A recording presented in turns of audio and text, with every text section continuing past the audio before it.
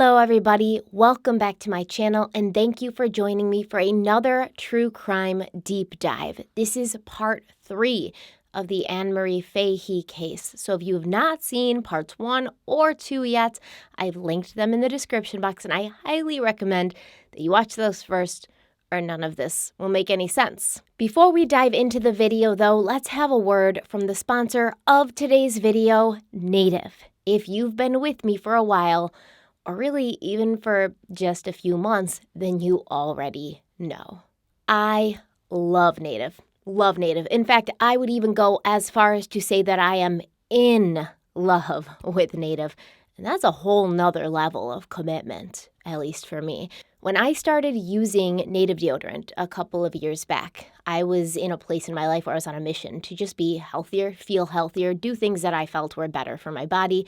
So I was on a mission also to find a deodorant that I felt good about using, and Native's deodorants really fit the bill. They are made without aluminum, they are paraben-free, they are vegan and cruelty-free, but they also work. A couple of swipes from these bad boys every morning keeps me smelling fresh and delicious all day long, even after filming in front of these hot recording lights. I mean, if you guys could see, there's 1, 2, 3, 4, 5. 5 lights in front of me. I'm in a little tiny recording booth. It gets hot in here. They keep me smelling fresh even after a seriously intense workout. Native gives you 24-hour odor protection. The deodorants are non-sticky, they dry super fast, which is handy for when you're in a rush and you just need to start your day, which is every day for me, and they offer their deodorants in a wide range of scents. I go through phases, but consistently for the past several months, my 3 favorites have been these. Cherry and vanilla macaron coming in number 1. So freaking good. I don't have words. It's the best scent ever. All day I smell myself and I'm like, wow, someone smells really good. It's me. Coming in the number 2 place, lavender and rose. I usually hate the scent of lavender, but I don't know what it is about this deodorant. It smells so good. And then third, last but not least, Earl Grey and mulberry. My favorite tea is Earl Grey. I love the way bergamot smells. And I don't know what mulberry smells like in real life, but in this, it smells pretty good. But Native also always releases new or special edition scents, so I'm always finding new favorites. Right now, be sure to check out their new limited edition cupcake-inspired collection with Baked by Melissa, created to make every day a little sweeter. I haven't had a chance to order these yet, but that ginger lemonade cupcake scent is calling my name like you wouldn't believe, because lemon and ginger together, And Native has so much more to offer than deodorant. They have body wash and toothpaste. You know, you guys know, if you've been watching me, I love their body washes. They are the only body washes that I will use. I have matching body washes for the Earl Grey and mulberry. I have matching body washes for all my favorite scents. And then the eucalyptus and mint is one of my go-tos. I love their body washes. They foam so beautifully, but they leave my skin feeling so moisturized, not dry at all. Usually really heavily foaming things will leave your skin dry. Native's body washes are perfect. The perfect body wash. Native also offers their deodorant in the same great formula, but in plastic-free packaging if you're working on being more sustainable. I could talk about Native for hours, but I will not do that to you guys. I will just go ahead and tell you that 3 deodorants from Native would normally be $39, but if you use the link in my description box and use my code StephanieH16, you will get them for $25. That is 33% off. Once again, click the link in the description box, use code StephanieH16, and get 33% off 3 deodorants, $25 for 3 deodorants. And with my code, you can also get 20% off any body wash or toothpaste. So stock up now, because I know I am. Thank you so much to Native for sponsoring today's video. And thank you for just being you, because I love you, Native. Let's dive right in. Okay, before we start, I did want to address a couple of things that I noticed in the comment section from the last 2 videos. Now, this is a message for everybody who wants to hear it, mainly for my community, the people who have been here, the people who I see all the time, the people who have felt brave enough to share their experiences. But if you're not interested and you want to get right to the case, there is a timestamp in the description box, so go ahead. First of all, I am blown away and humbled by the amount of people out there who see themselves in Anne-Marie, see themselves in experiences that I've had in the past. And you feel comfortable enough with me and within our community to tell your stories and share your experiences. That has been so touching to me, guys. And they're not happy stories, for the most part. They're sad stories, like the story we're hearing about Anne-Marie Fahey. But there's hope there, and there's a vulnerability, and there's an openness, and it touches me, and it makes me so happy that we can all come together and we can feel safe with each other to be honest and open about our experiences so that the rest of us out there don't feel so alone. That's been amazing. And a lot of you have said, this reminds me so much of my relationship that I was in for 7 years, 3 years, 6 months. And you got out, you got away, you escaped, and you can recognize in your past those things that happened and realize that you don't want them to happen again. And so many more of you were able to say, I can see this in my current relationship, and I have some thinking to do, and I have some changes to make. And I know that those people, you're not feeling strong in this moment. You're not feeling strong in this relationship in this stage in your life, but you are. You don't feel that way now, but you are. I promise you that you are, because I'm the biggest baby ever. And if I was able to summon the strength so many times in my past to remove myself from really bad situations, or really just even complicated situations that were taking away from my joy and my happiness, you can too. I promise. And we are all here for you. Feel free to go to the comment section, scroll through, hear these people's stories, learn from them, feel encouraged and warmed by them, because that is exactly what I've been doing these past week or so, and I really just appreciate you guys for it. My second thing I want to address is the people in the comment section who wanted to make sure that I and everyone else knew that Anne-Marie Fahey was not an angel because she was sleeping with a married man. Okay, there's so much wrong with this sentiment. I would agree with you. No one is an angel, and Anne-Marie Fahey is not excluded from that no one is an angel sort of theory, right? Everyone is imperfect. Everyone makes mistakes.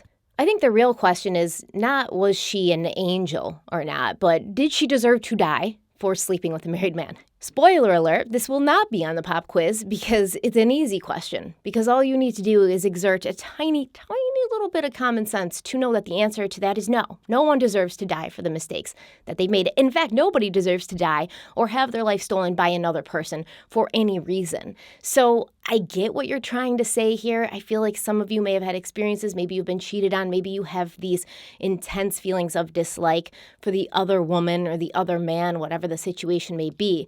But understand that Tom Capano was the one who was married, not Anne-Marie Fahey. Anne-Marie Fahey has no responsibility to Tom Capano's wife or his daughters or his family. I mean, I don't encourage anyone to be a part of an extramarital affair.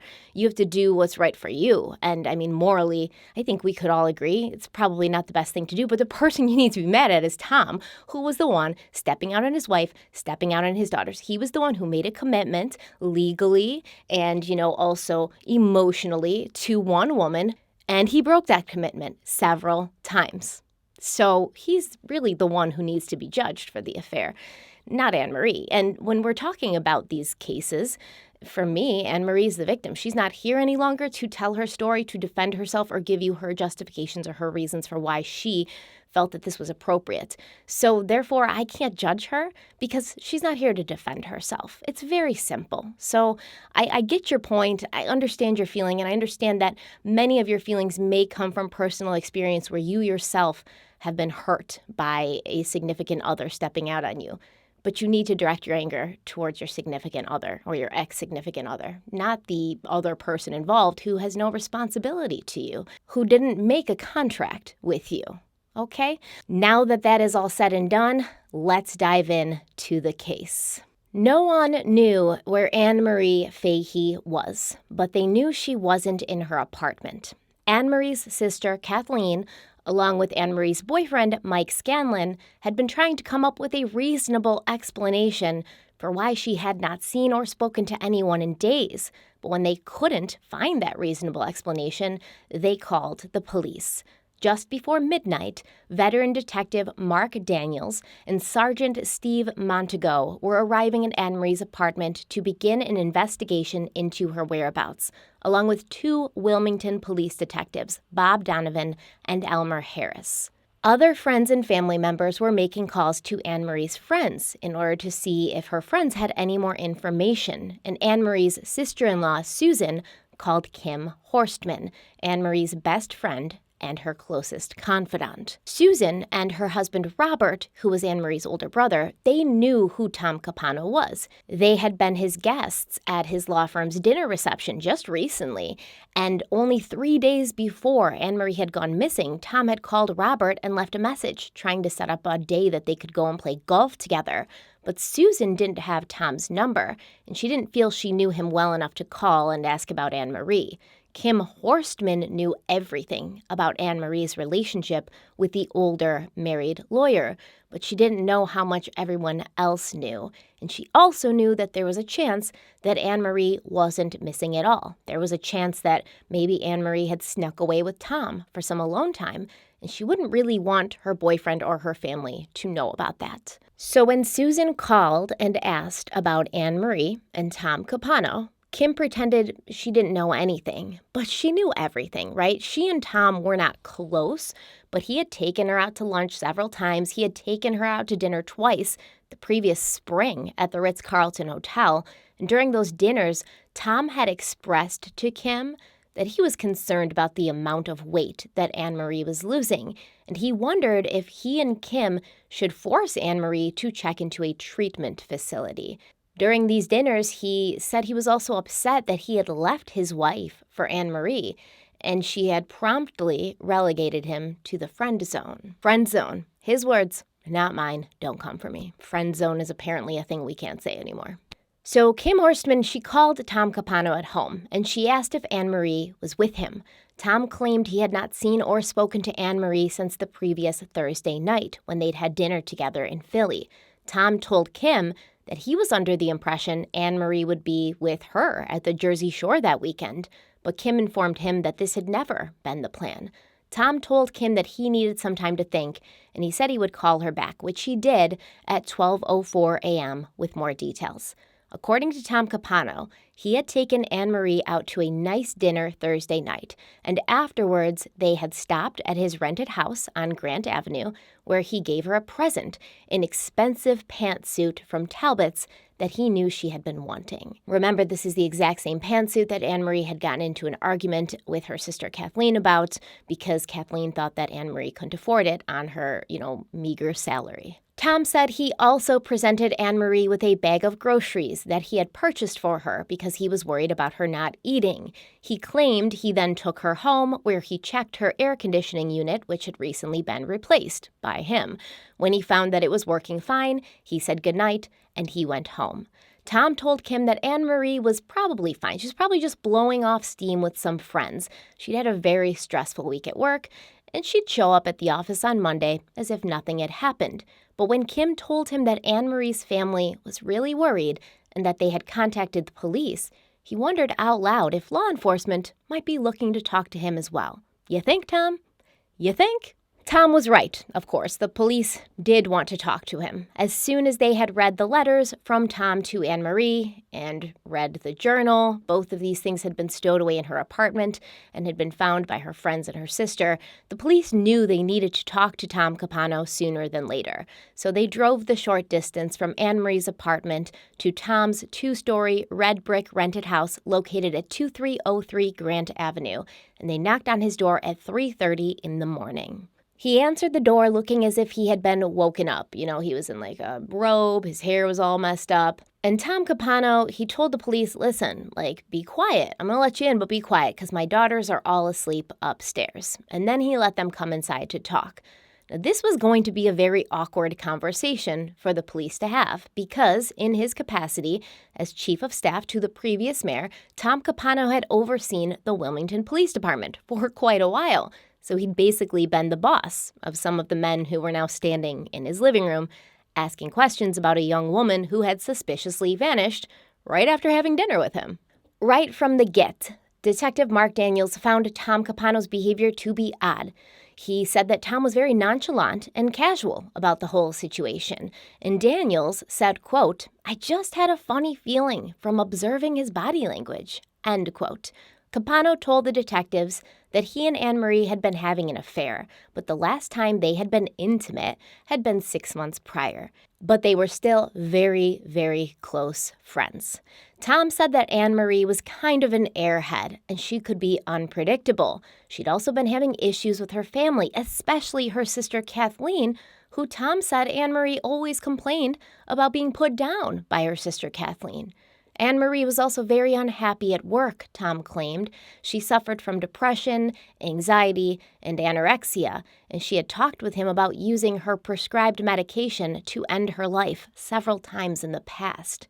But at the end of this laundry list of reasons why Anne-Marie was not in a super safe or stable headspace, Tom told the police, she's fine. She's fine.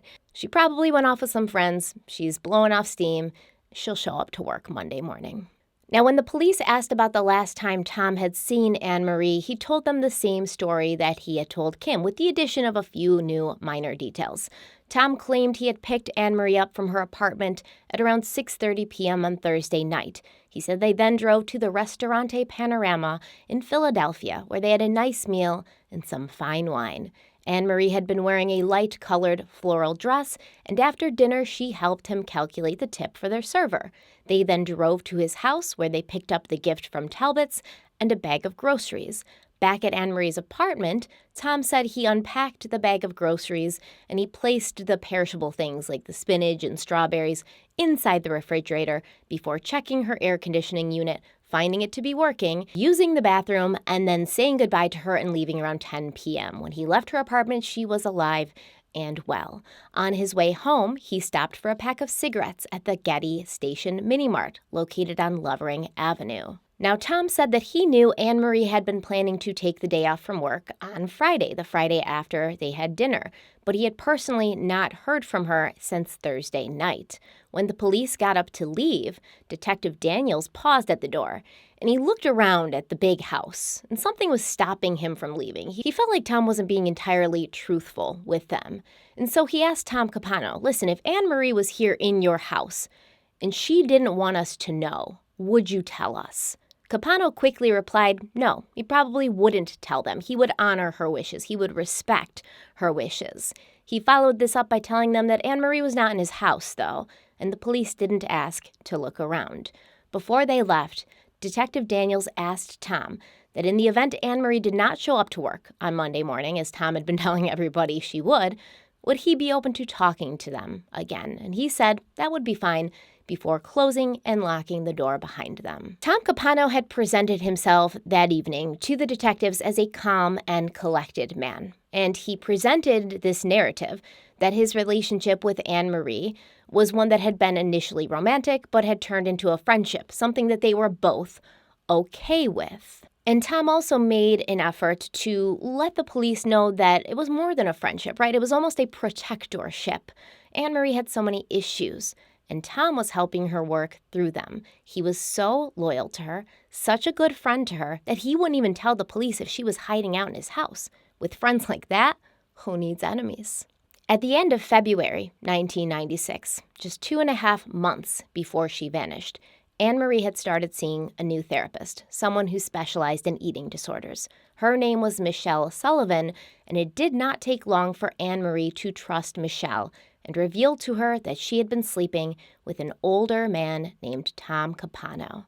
Anne-Marie also revealed the toxic dynamic that had formed between herself and this man, and she described it as Tom haunting her. So Michelle Sullivan gave Anne-Marie some advice. She told Anne-Marie to cut Tom out of her life ASAP. There was no middle ground.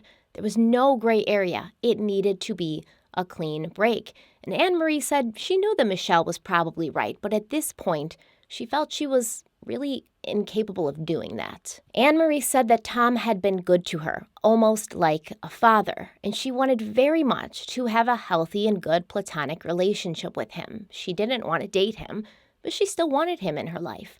At the time of this meeting on February 28th, Anne-Marie had managed to avoid contact with Tom Capano for 2 weeks, and she was feeling hopeful with the distance that he had gotten her message about just being friends. And yes, it's true, there was also probably a small part of her, or a large part, I don't know, I can't speak to her her motives or her internal feelings, that missed the attention he gave her, which does not make her evil or bad or even stupid. It just makes her human. Human beings love to be loved. They love to be accepted. They love to be made to feel good and positive and happy. And when someone you know who you have in your life can so easily do that, it's kind of like a drug. You get hooked on this feeling that they give you until they turn around and treat you like crap, and then you crash, but you still chase that high. It is literally like a drug, right? When you're doing drugs, you chase the high, but then you crash after. And if you don't keep taking that drug, you get sick. You go through withdrawal. You get physically and mentally sick. And love, like drugs, acts on our brain in a way with chemicals and, different levels of these chemicals to the point where we do sometimes seek it out like a substance. On St. Patrick's Day, which I guess is a huge holiday in Wilmington, Anne-Marie and her friend Jill had planned to attend a breakfast sponsored by the Irish Culture Club. But the day before, Anne-Marie backed out of this breakfast, telling Jill that she was afraid to go because she knew Tom Capano was on the executive committee, which meant he too would be attending the breakfast, and she didn't want to see him in person and trigger his obsessive tendencies towards her again. He had still been emailing her here and there, but he had not been calling her every 30 minutes or driving by her house as far as she could tell, and she kind of wanted to keep it that way. That evening, Anne-Marie and Jill did attend a fundraiser in Washington, D.C. that President Bill Clinton was throwing for the campaign of Delaware Governor and Anne-Marie's boss, Tom Carper. Jill and Anne-Marie were able to meet President Clinton in person. They shook hands with him. Anne-Marie was super pumped about it. They also met many other politically connected and important people.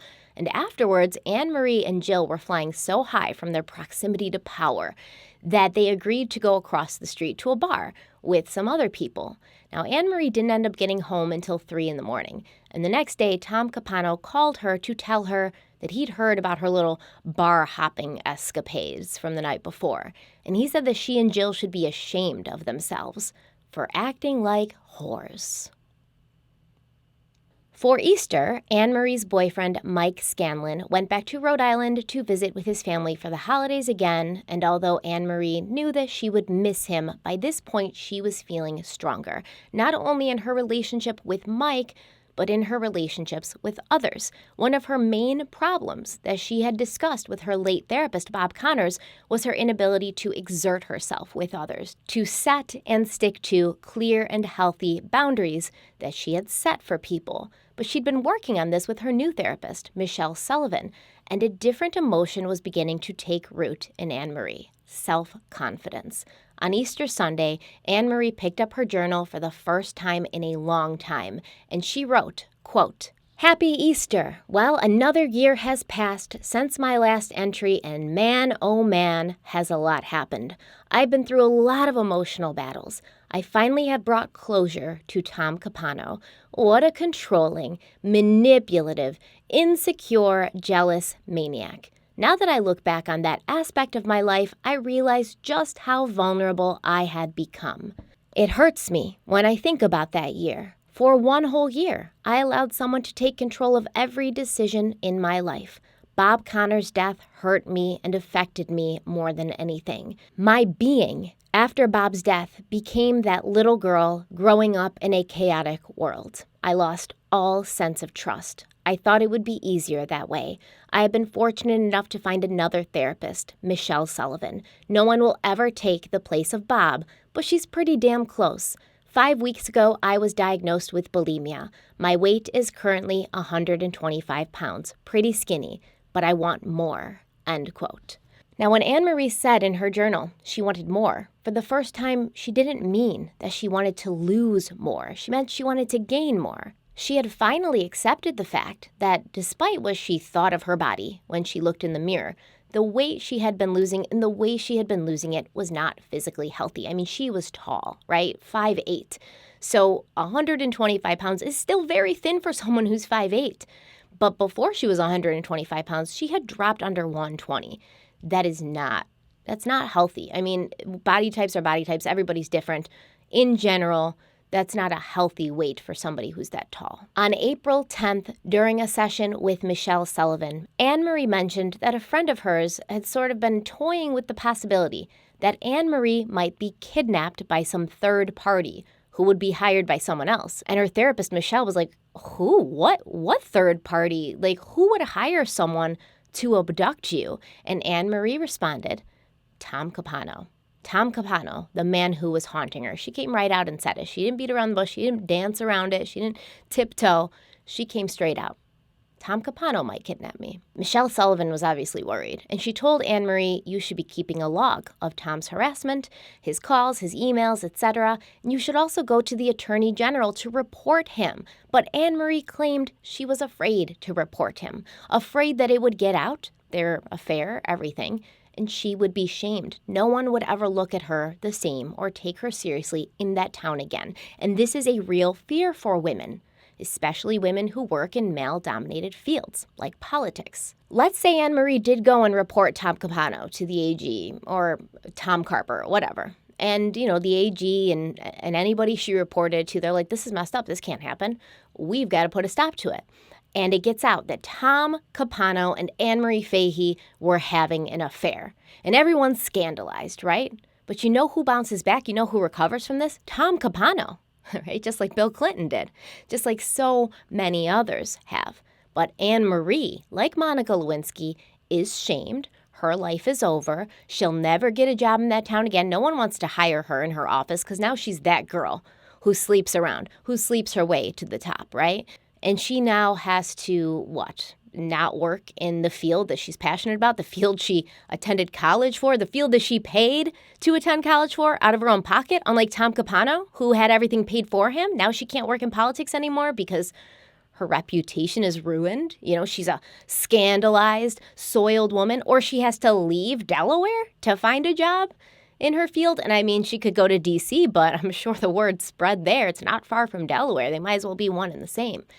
And that is the double standard that does still exist. Even in 1996, when Anne-Marie was struggling with this, in 2022, when many women still struggle with this. But even though Anne-Marie was getting stronger, getting better at exerting herself, she was still starting to question her own judgment. Throughout March, she had rarely spoken to Tom. And as far as she could tell, he wasn't driving by her apartment anymore, he wasn't stalking her anymore, he wasn't calling her every 30 minutes. So she began to wonder if maybe she had overreacted or misjudged his level of fixation on her. And it was true, right? Tom had been keeping his distance, but that was because he was busy with 3 other women. His newest girlfriend, the legal secretary that he liked to watch mobster movies with, his oldest girlfriend, Debbie McIntyre, whose home Tom had a key to and who he was seeing at least twice a day during this time, and Linda Marandola. If you don't recall the name Linda Marandola, let me refresh your memory from part 1 of this series. Linda was the woman that Tom had become obsessed with in the 80s, the woman whose wedding he had shown up to and begged her not to go through with because he couldn't live without her. And when she got married anyways, Linda Marandola was the woman that Tom had essentially put a hit out on, calling some self-proclaimed gangster and asking if Linda could be hit over the head or run over with a car. Linda was not in a great place in life when Tom Capano reached out to her in the spring of 1996. She was divorced, she was out of a job, she'd been desperately searching for work, but she was having no luck. So when Tom called her and asked her out to dinner, reassuring her that it was business, not personal, she took him up on that offer. Tom brought her to dinner at Ristorante La Veranda in Philadelphia, and he offered Linda the job as his personal secretary. A job that, if she wanted to take him up on it, would start on May 29th. Tom even gave her $3,000 to hold her over until her start date, and she was grateful, but she should have known there would be strings attached. Less than a week later, Tom called her at home, but he got her answering machine, and I guess she was kind of joking around in her answering machine message, like, leave a message for me, and maybe I'll call you back, but probably not, or something, silly. And so naturally, Tom Capano left a message whining about how unprofessional and childish she sounded on her answering machine message. He said, if you're going to work for me, you're going to have to change that. I don't want your childish answering machine message to reflect on me. So you got to change your answering machine message. Now, when Linda first heard this, she thought he was joking because it's ridiculous. I would have thought the same thing. I'd have been like, that's a funny joke.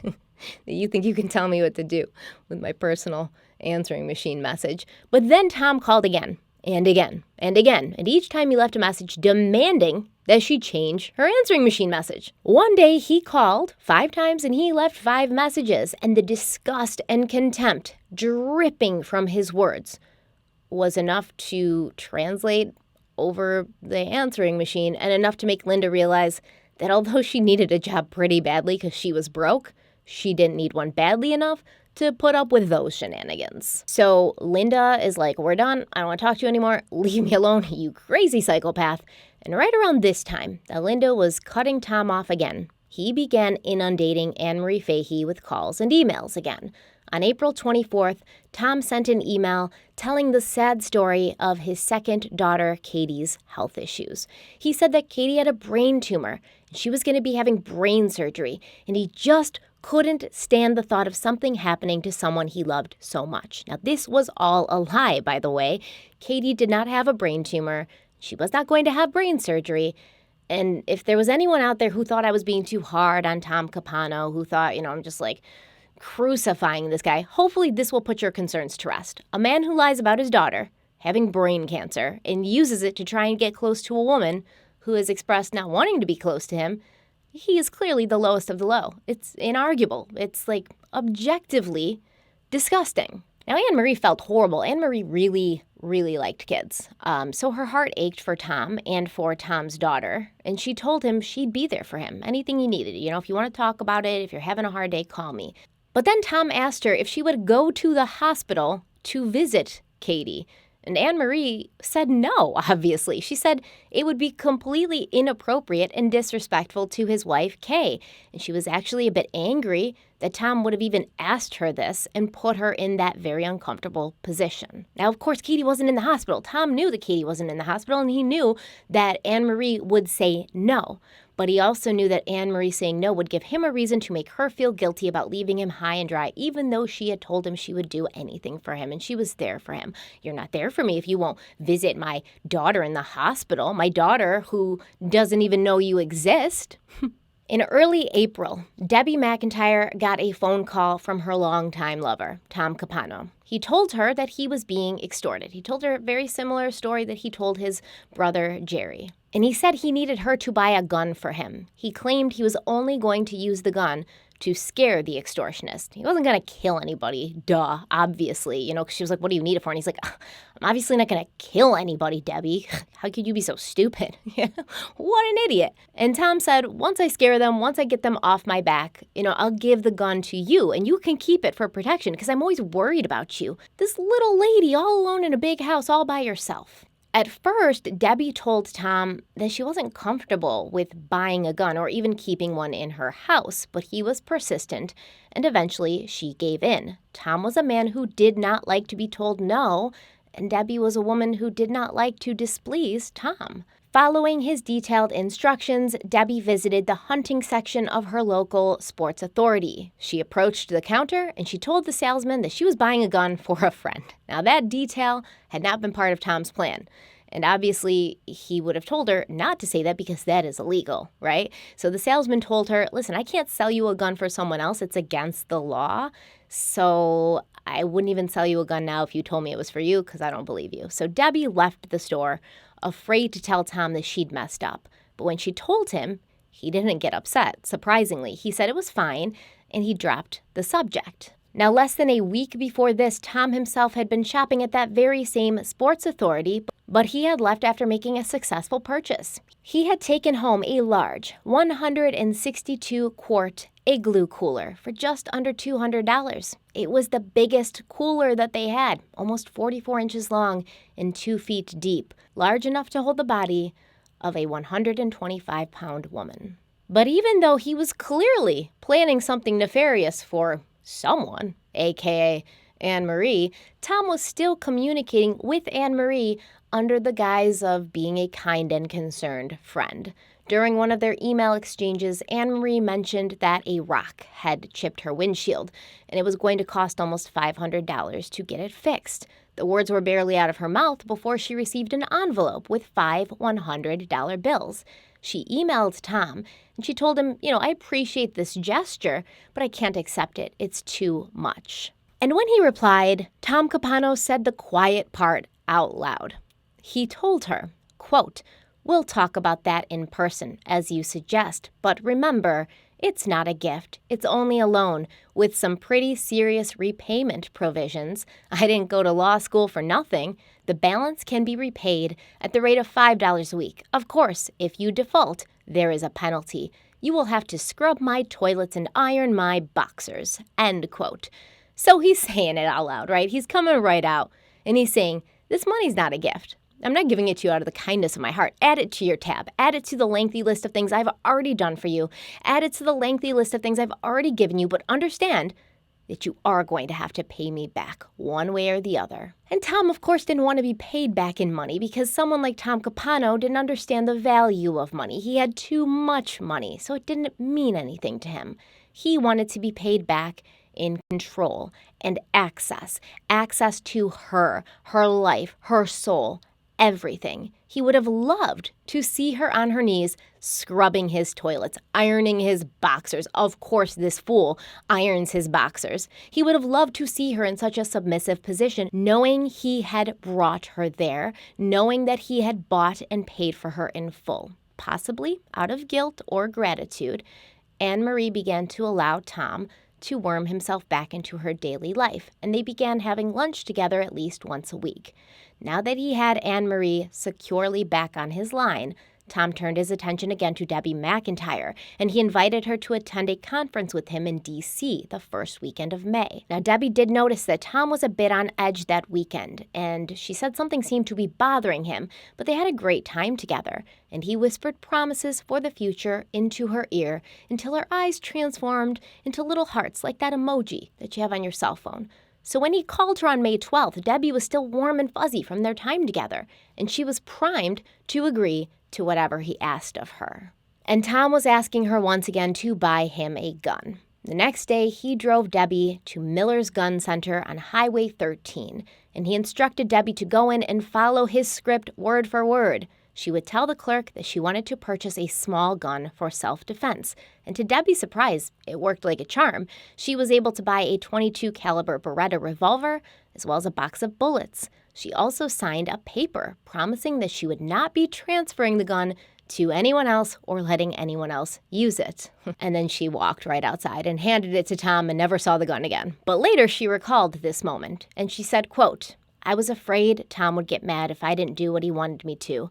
I was always afraid he would get so angry that he would leave me." End quote. Like I said, Debbie had the gun and the ammo in her possession for roughly 5 minutes before giving it to Tom in the car, never seeing the gun again. On May 20th, Tom emailed Anne-Marie about dinner reservations he had made for them at Victor's for the following Thursday night. Anne-Marie responded in confusion, telling Tom that she was sure she had told him she wasn't going to be in Delaware that weekend. She was going to be in Cape Cod for Memorial Day weekend. She was actually going there with her boyfriend Mike, and they were going to stop and see his family in Rhode Island on the way home, but she did not tell Tom that. The next day, during their daily email exchange, Anne-Marie told Tom she was a little grumpy that day because she'd slept poorly the night before, her air conditioning wasn't working, and it had been really hot inside of her apartment. Tom offered to look at her air conditioning for her, and he asked her if she wanted to grab dinner that night, but she claimed she had plans with her sister Kathleen. On May 23rd, as Anne-Marie was getting ready to leave for her weekend with Mike, Tom Capano called her to remind her that he had made dinner reservations for her for the Thursday night after she got back. Anne-Marie had not been feeling well for the last several days. She'd been extremely tired, lightheaded, weak. So Tom told her, if you don't want to go to Cape Cod for this weekend, you don't have to. You can stay home. I'll take care of you. He ended the call telling her that he missed her already, and he could not wait to see her when she returned.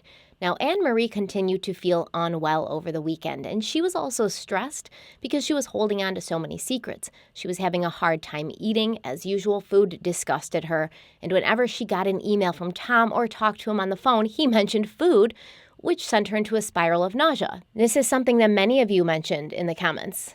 And I don't even feel like you've seen the half of it, right? Because I can't possibly put everything in these videos. But every time Tom talks to Anne-Marie, every time he emails her, he brings up food. He brings up specific food. He's like, oh, remember those, clams and the white sauce over the linguine? You love that. I'm going to order that for you. Oh, remember that calamari you like? It's perfectly grilled, skin, blah, blah, blah. Like, he'd go in deep talking about food every time he contacts her. And anyone who knows anything about eating disorders, and Tom claims he did, right? He told her friend, Jill, during one of their dinners at the Ritz-Carlton, that Anne-Marie had given him a book about eating disorders, and Anne-Marie had also given this book to her brother Robert, but Robert didn't care enough to read it, but Tom had read the whole thing. And if Tom had read the whole thing, he would know that this isn't something you do. You don't do this to people who have eating disorders. It's a trigger for them. So it was no surprise, right? Since reconnecting with Tom Capano, Anne-Marie's old demons had come back full force.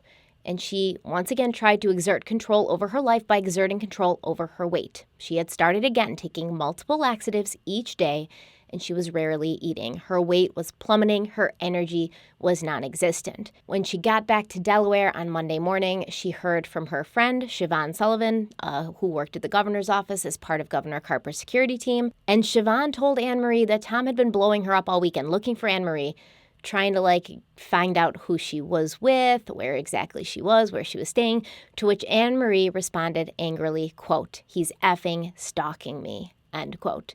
Siobhan told Anne-Marie that she wasn't alone. Siobhan was a state police officer, part of a security detail, and she could offer protection against Tom's advances.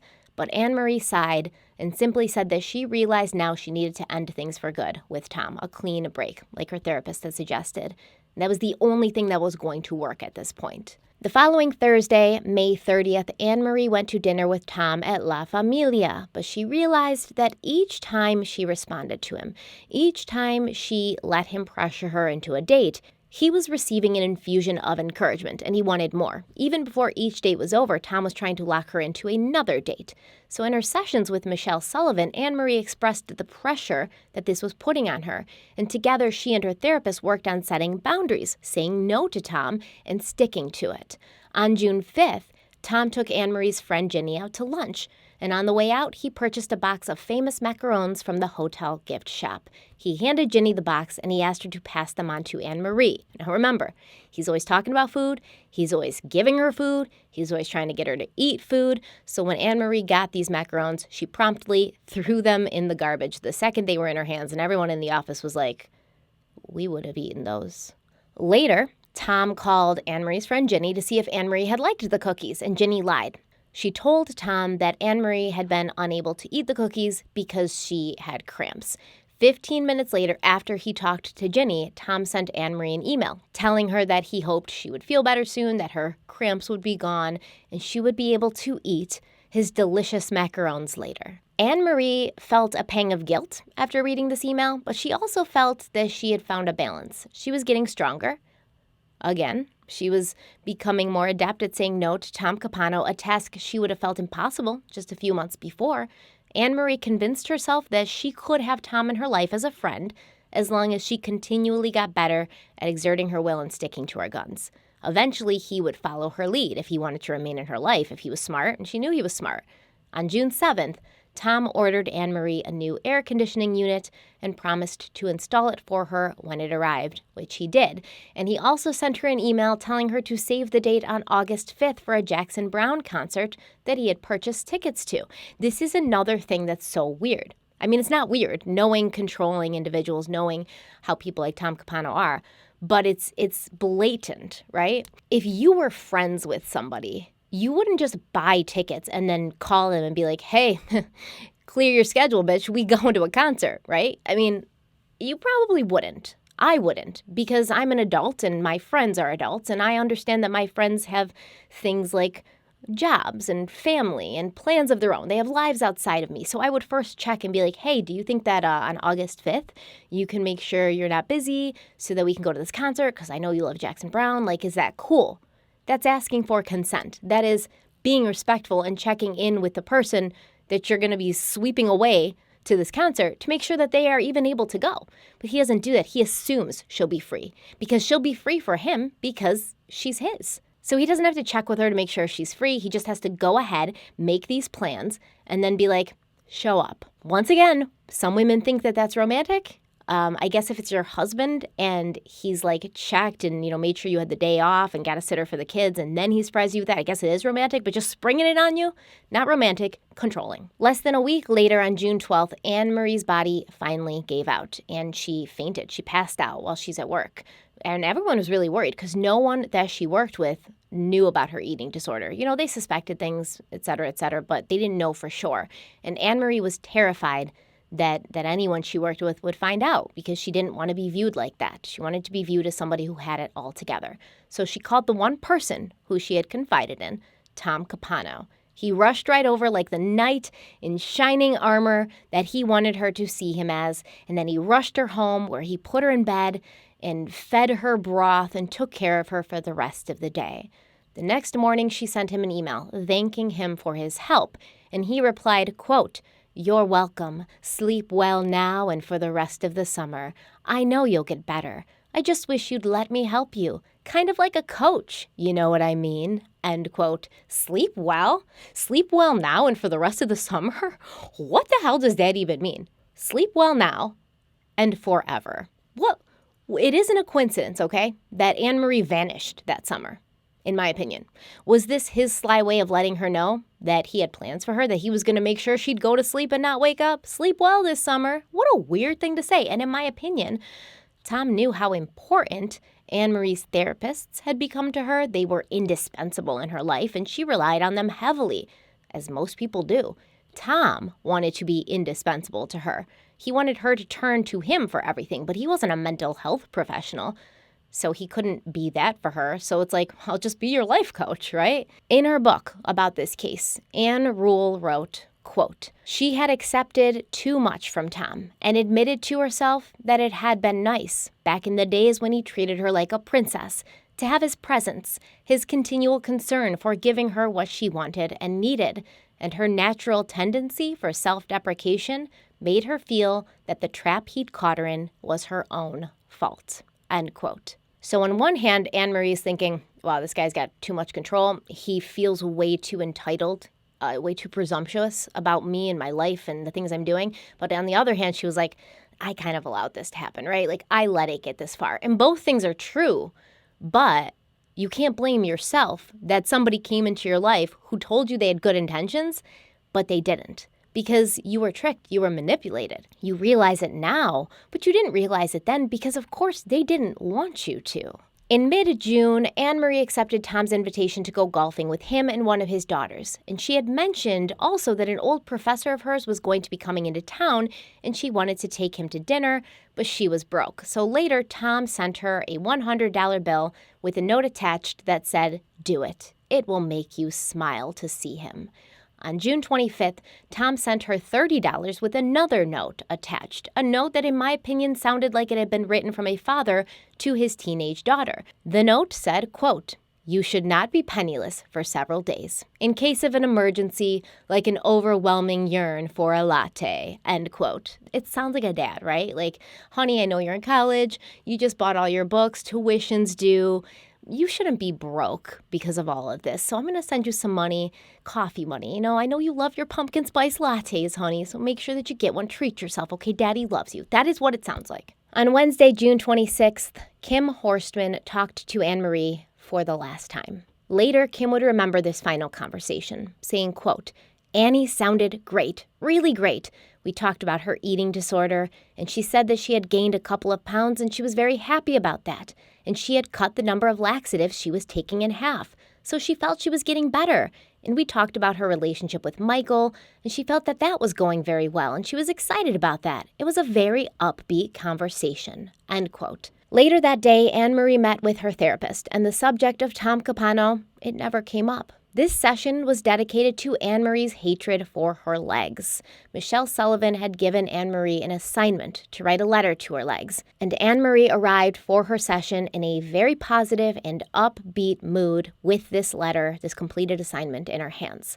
The letter read, quote, "I have many insecurities surrounding my life, but the one most prevalent to me is the size of my legs. Below is a list of what goes through my mind on a daily basis. 1. I cannot wear a skirt because people will see just how big my calves are.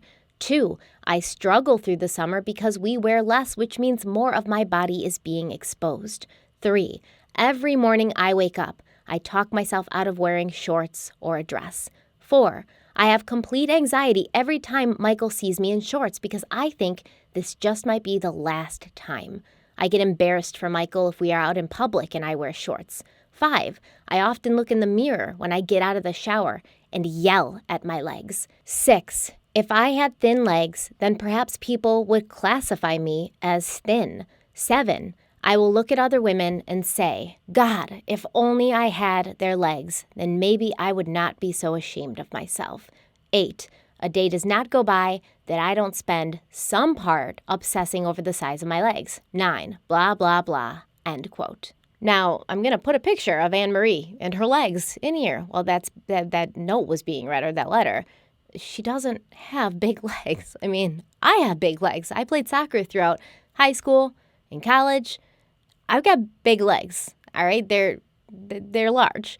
I also understand feeling a little self-conscious about your legs because I've always had a problem with my legs, so I get it.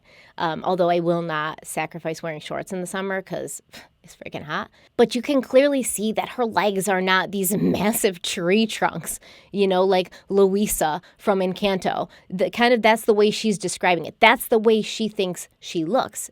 And so you can very clearly see that she does have body dysmorphia, that she doesn't see herself the way that others do. After leaving Michelle's office, Anne-Marie sent Tom an email apologizing for being in a bad mood when they had spoken on the phone earlier. He had wanted to see her that evening, and she said, sorry, but I can't. I'm too exhausted mentally and physically from this therapy session, which was really intense. But Tom's response did not come back until the next morning. He wrote her an email saying, quote, I appreciate the apology, but you don't need to worry about it. I just hope you know that all I want to do is help in any way I can.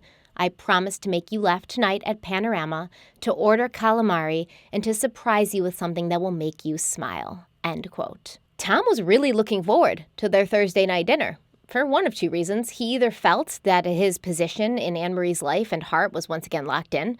After her fainting spell, she'd called him to help, not her sister Kathleen or her boring, geeky boyfriend Mike. In fact, Anne-Marie had even confided in him that she and her sister had gotten into an argument at Talbot's about an expensive pantsuit that she'd tried on.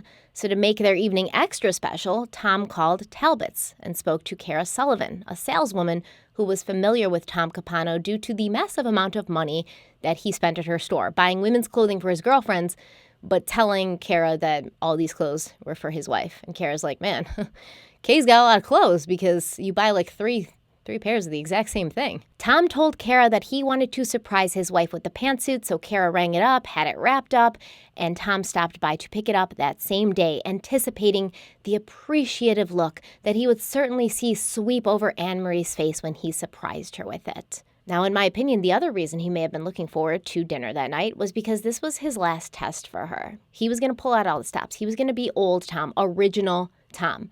He was going to gift her expensive things that she wanted, to bring her out to expensive dinners, have sparkling conversation. It was going to be like old times. But if this did not work, if she didn't take the bait, if she didn't, give him encouragement or give him an indication that she was open to, going from being friends to eventually being back in a relationship, then he was going to kill her. On Thursday, June 27th, the last day that anyone would see Anne-Marie Fahey alive, she went to work as she usually did, and when she left the office, she thought that she would not be returning until the following Monday morning. She had taken the next day, Friday, off to spend some time taking care of herself, and she told her friend Ginny that she planned to get a pedicure and take a stroll through Valley Garden Park. What Anne-Marie didn't know is that she would never be returning to the desk where she worked diligently as Governor Carper's appointment secretary. Anne-Marie made a stop on the way home to Allied Mental Health located on Concord Street. She needed to check in with her psychiatrist, who had prescribed her a new medication. After finishing up there, Anne-Marie headed home, where she changed into a Laura Ashley floral sundress and waited for Tom Capano to pick her up for their dinner at Ristorante Panorama in Philly. It was as if Tom was trying to recreate the first date that they'd never had, right? Remember, Tom had planned to take Anne-Marie to the same restaurant on January 27th, 1994, the day of her 29th birthday. but their plans had been derailed due to the weather, and they'd ended up at the chart house instead. This evening had also been the first night that Tom and Anne Marie had been intimate, the night that their relationship had been kick-started. Now they were right back where they had started. The romantic nostalgia might be just what Anne Marie needed to remind her that she'd once been head over heels for him. At least that's what Tom was hoping. What happened that night we can only piece together from evidence discovered during the investigation into Anne Marie's disappearance. And that is where we're going to end today's episode. I'm just kidding. It's a joke. We got more. I know you guys hate hearing that. I hate saying it. So we got more. Let's keep going. So the first thing the police did after leaving Tom Capano's house in the early morning hours of Sunday, June 30th, 1996, was to check into his alibi. Detective Daniels paid a visit to the Getty station where Tom had claimed he had purchased a pack of cigarettes on Thursday night around 10 p.m. after leaving Anne Marie alive and well at her apartment. The detective spoke to Steve Wright, an employee who was familiar with Tom Capano because Tom was a regular. Steve Wright said that he saw Tom often, but he had not seen him on the night of Thursday, June 27th. In fact, Steve himself wasn't even there at 10 p.m. when Tom said he had been there because the station had closed at 9:30 that night, the same time they closed every Thursday night. Once it was clear that Tom's alibi was falling apart, Detective Daniels called Tom to see if he had an explanation, but Tom didn't pick up the phone, so the detective left a message. But the police are sitting over here like, this doesn't look good, right? He's lying, and everything's adding up. Everything is pointing to Tom knowing what happened to Anne Marie. We read her journal. We read the letters. We spoke to Tom, who admitted to having an affair with her. We spoke to friends who told us that Anne Marie was done with the relationship and Tom wasn't happy about it. And he's the last person who saw her. So, case closed, right? Not case closed because Tom was an important figure. Tom was an important figure in the community, and they had to do this the right way. They had to talk to him. They had to, have him cooperate with them willingly. This wasn't some, random guy off the street that they could throw into an interrogation room, shine a light in his face, and scream at him for 35 hours. So officers from the Wilmington Police Department, as well as from the state police, they went to Tom's house on Grant Avenue. They knocked on the door, but nobody answered. So they started driving by his house several times that day, as well as his wife Kay's house. And they were looking for a sign of Tom or his vehicle. At around 2:30 that afternoon, they spotted Tom's black Jeep backing out of Kay's garage. So Detective Daniels approached the car, and Tom Capano rolled down the window. And the detective was like, listen, we have some more questions for you. At that point, the police officers present noticed an obvious shift in Tom's demeanor that day as compared to the night before. When they'd first visited him at his home, Tom had been a bit sleepy and out of it, but he'd also been cooperative and polite and, he seemed open. Now he was clearly agitated. Clearly he didn't want to talk to them, and he snapped at them that he'd been doped up on Excedrin PM the night before, and now he was kicking himself for revealing private things about Anne Marie and their relationship. He felt he had betrayed her trust by telling the police things that he didn't feel were relevant to her disappearance. He agreed to meet them at his house, and when they all arrived there, he begrudgingly allowed them to walk through his house, but he made it clear that under no circumstances should they open closets or drawers, and he followed them every step of the way to make sure they didn't. Tom's house was immaculate. Nothing was out of place inside the home or in his vehicle. And there was no sign that Anne Marie was there or had ever been there, and Detective Daniels found this to be a bit odd, since Capano had admitted that he and Anne Marie had been romantic for, quite some time, and they were still good friends. So Daniels expected to see Anne Marie somewhere in Tom's house, but there was nothing. So he asked if Tom had kept any of Anne Marie's things, and Tom admitted that, he had kept some of her clothes for a while, but he'd gotten rid of them months ago. Before leaving the house for the second time that morning, the police told Tom that if Anne Marie did not show up to work the next morning, they were going to need him to come into the station for a formal interview. Monday, July 1st, 1996 arrived, and the office of Governor Tom Carper, they all waited in silence, staring at the clock, staring at the door, waiting for Anne Marie to walk in with her usual big smile and her loud laugh and some dramatic story about her crazy weekend that had prevented her from contacting anyone. But Anne Marie never arrived. And that day, a story ran in the News Journal showcasing a picture of the missing woman and the headline, "Carper Staffer is Sought." Now, Anne Marie had not shown up to work, so the police wanted to talk to Tom Capano. and they contacted his office as promised, but they were informed by his secretary that Tom was in a meeting and he couldn't talk. So the detectives were like, all right, have him call us back. And while Detective Daniels was waiting for this callback, his phone rang. It was attorney Kathy Jennings, and she was calling to inform the police that she and the former Delaware Attorney General, Charlie Oberle, were going to be representing Tom Capano. She claimed that Tom was nervous, and he didn't know why the police needed to talk to him again. And Daniels was like, oh, it's pretty obvious why we want to talk to him again. What are you talking about? Anne Marie went missing, and Tom admitted to having dinner with her Thursday night. He's looking like the last person to have seen her before she vanished. So Kathy Jennings was like, I see. I'll talk to my client and get back to you. And then Detective Daniels hung up the phone, realizing that Tom had lawyered up pretty heavily. I mean, Charlie Oberle was a very well-known attorney, and Tom probably wasn't going to be coming in for that interview. That evening, the police paid a visit to Kim Horstman at her Philadelphia apartment, and Kim told the detectives that she knew Anne Marie had tried to end things with Tom in 1995 when she had started seeing Mike, but Tom had been persistent, and Anne Marie felt he was obsessed with her.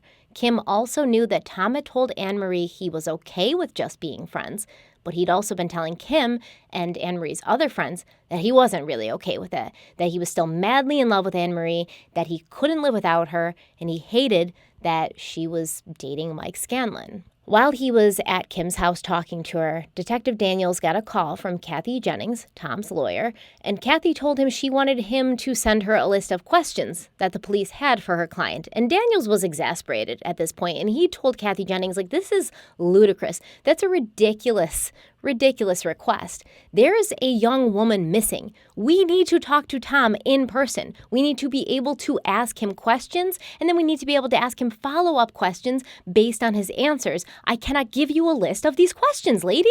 Once again, Kathy Jennings was like, I see. I will talk to my client, and she hung up. After finishing up with Kim Horstman, detectives went to the Ristorante Panorama, also located in Philadelphia, where they spoke to the wine steward, Tim Kilcullen. Now, Tim said he had worked Thursday night, but he didn't know who Tom Capano was. He was able to locate a credit card receipt in Tom's name, which led the police to Jackie Dansek, who had been the couple's server that Thursday night. Jackie had great recall of that night, and she told the detectives specific details about both Tom and Anne Marie. Jackie said, quote, "They were unusually dressed for the atmosphere, and this couple, especially the female, she was wearing a flower print dress. Most of our clientele are from the main line, very fashionably dressed, bedazzled and bedecked and whatnot. Most women who come in wear black or something a little more jet-setty looking," end quote. So Jackie evidently was someone who liked to try and figure her customers out when she was serving them. And I totally get this because I served tables for over a decade, and I would do this all the time. It breaks up the monotony, trying to figure out the relationship between the people at my tables. Are they dating? Are they married? Are they fighting? Are they waiting to get home so they can have some sexy sex time? What are the dynamics of the relationship? But Jackie claimed she could not figure this specific couple out. So just do what I did, Jackie. Make up stories about them. She said she didn't think they were dating or married. She didn't think that Tom was old enough to be Anne Marie's father, but she also didn't get business dinner vibes from them. Jackie claimed that Anne Marie and Tom barely spoke to each other or interacted throughout that dinner. They had been seated at a two-top by the kitchen. Capano had been dressed in a dark, unfashionable, ill-fitting suit. He had done all the ordering from the drinks to the food. Anne Marie did not say one word to Jackie, their server. Tom had ordered himself a rum and tonic, and he had ordered Anne Marie a vodka and cranberry. He then ordered Anne Marie the swordfish, and he got the chicken for himself. After dinner, Tom ordered Zambuca and a glass of very cold white wine for Anne Marie, who had barely touched her food. Now, when Jackie asked Anne Marie if her food was okay, Anne Marie simply looked up and smiled and nodded, but did not verbally respond. At the end of the meal, Capano paid the $154 check. Jackie saw Anne Marie helping him figure out the tip. Anne Marie ended up leaving a very generous tip. And then Tom asked Jackie to box up the remaining food to take to go.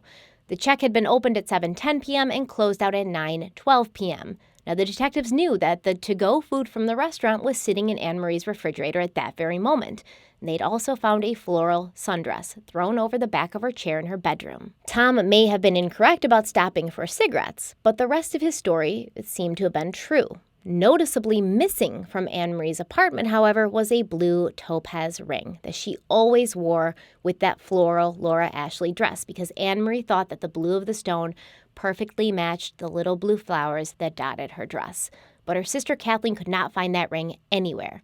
Also noticeably absent was Anne Marie's Walkman. For those of you who are too young to remember, a Walkman was something you could take on the go to listen to your tapes. Not your CDs, not your MP3s, your tapes. My favorite tape to listen to in my Walkman personally was Ace of Base.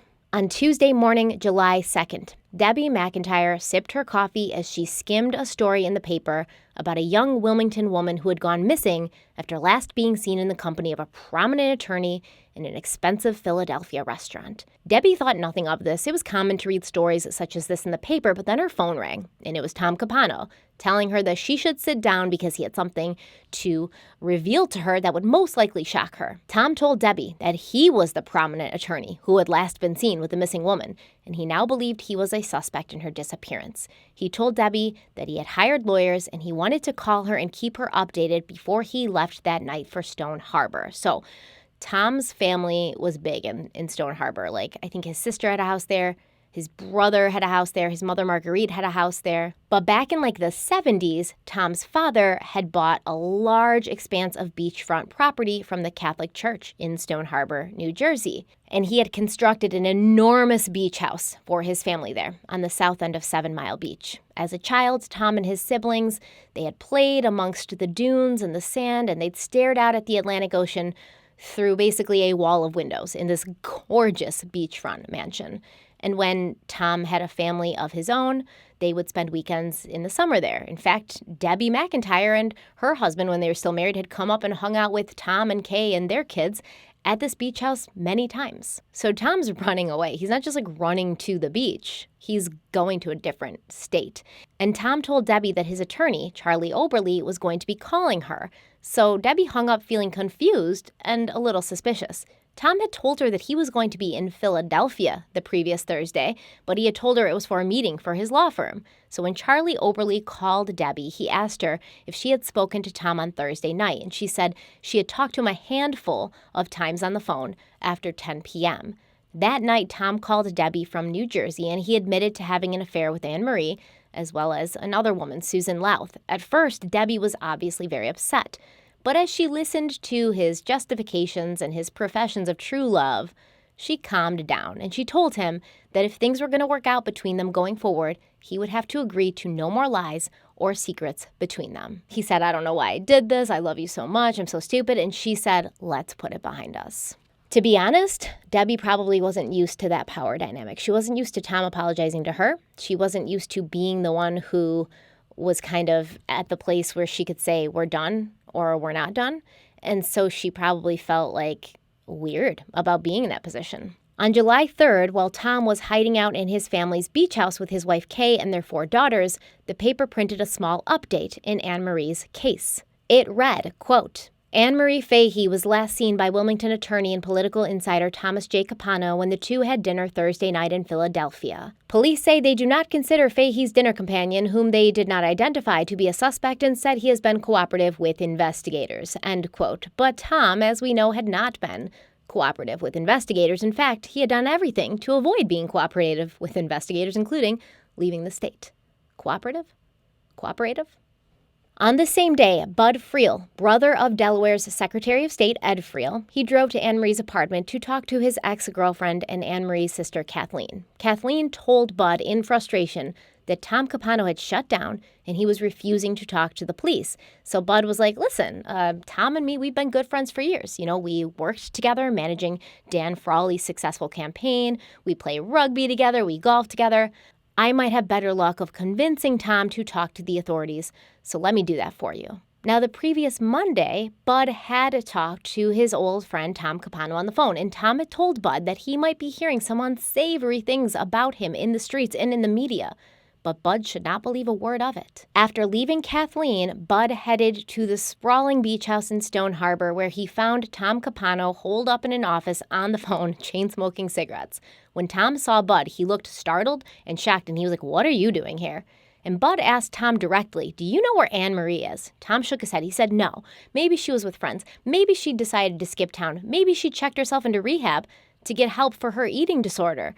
But wherever she was, he didn't know. Bud begged Tom to just go back to Wilmington and talk to the police, but Tom refused. He said he not only didn't trust the police, but all they were interested in were the dirty details of his affair with Anne Marie, and he would not break her trust and disclose those private things to these 6 strangers who were just trying to get off on other people's sex lives. Tom told Bud that he was not going to talk to the police again, and he wondered out loud if maybe he should hold a press conference to clear his name. And Bud was like, "That's stupid. That would be a stupid move, because the only question you're going to be asked is why you're continuing to refuse to cooperate with law enforcement." After being there for a couple hours and trying to convince Tom to talk to the police, Bud realized he was talking to a brick wall, basically, and he was not going to get through to Tom, so he left Stone Harbor and he returned to Wilmington, where he informed Anne Marie's siblings that Tom Capano didn't know anything.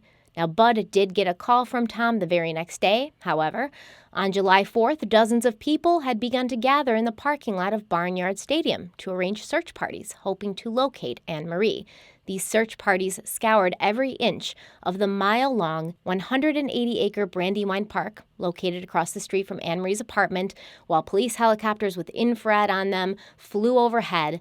But when there was no trace of her by noon, the search was halted. But while the search was happening, Tom called Bud Friel, and he was like, "Hey, how's the search going for Anne Marie? You know what's going on? Did they find anything?" But then Tom also told Bud that his lawyer had told him that he probably should not have even talked to Bud, and his lawyer wanted Tom to ask Bud if Bud had been recording their conversation secretly, which really offended Bud like a great deal. He was pissed.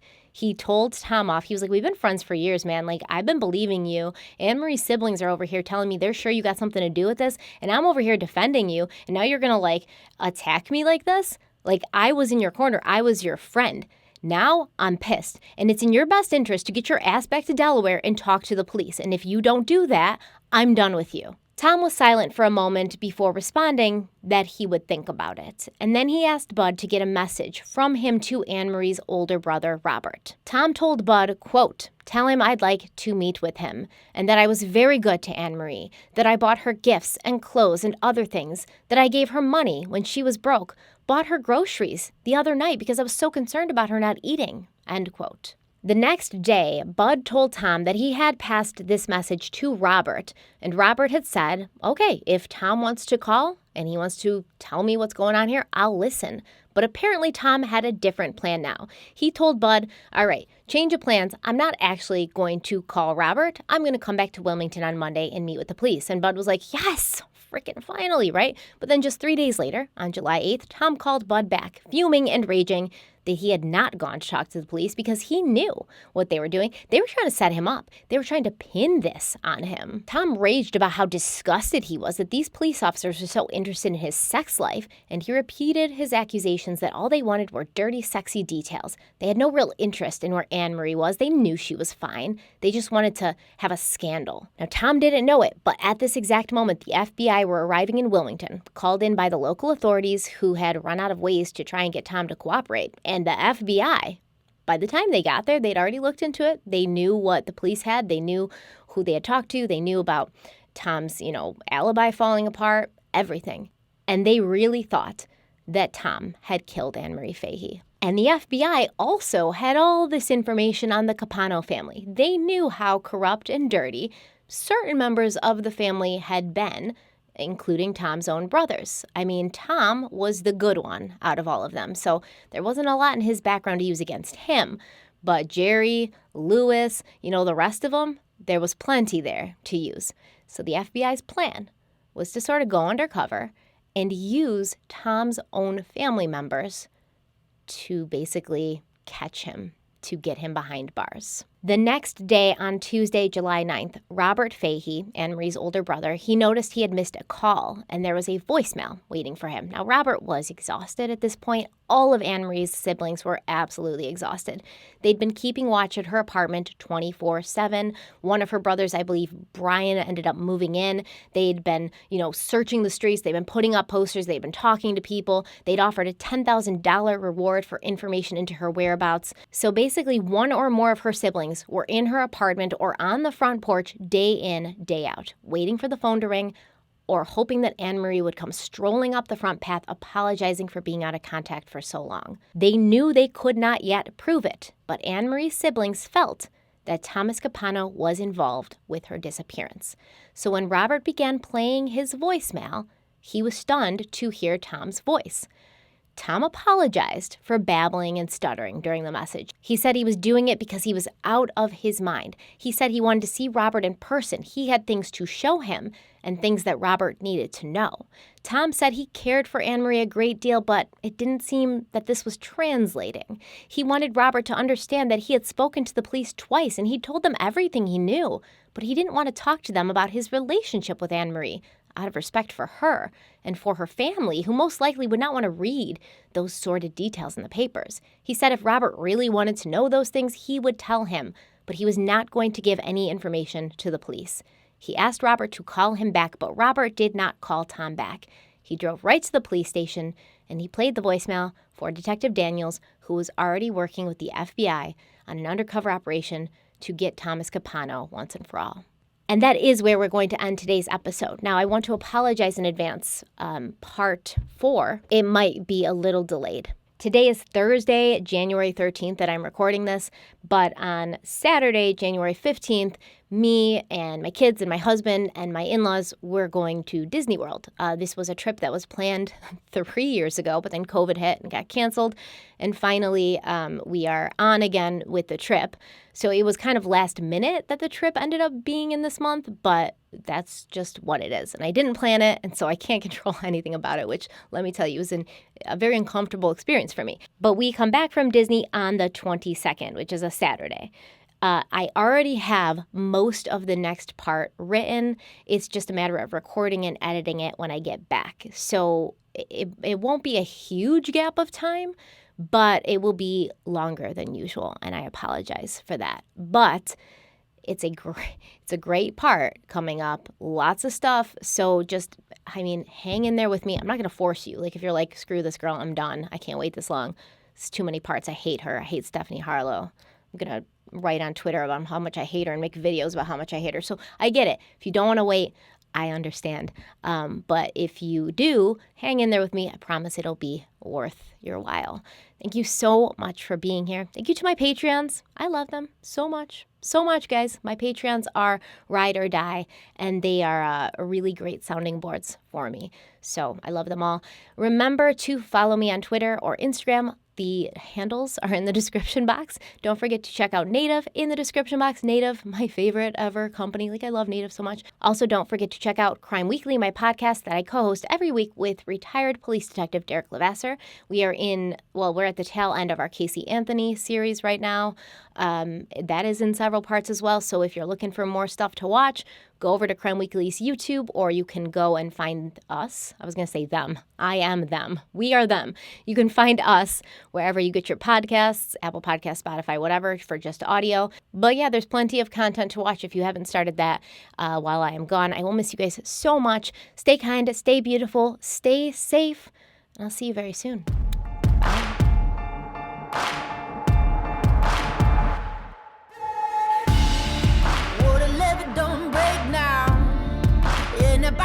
Straight down, and that river runs deep, the mountains get steep, and the voices getting too loud. All these feelings I've buried, it's looking like a cemetery. They're coming back from the grave, calling out my name, better say a Hail Mary. Well, you don't know how deep it goes until it's getting you slowly. So you got to let it go. I got blood on the strings, blood on the strings, blood on the strings.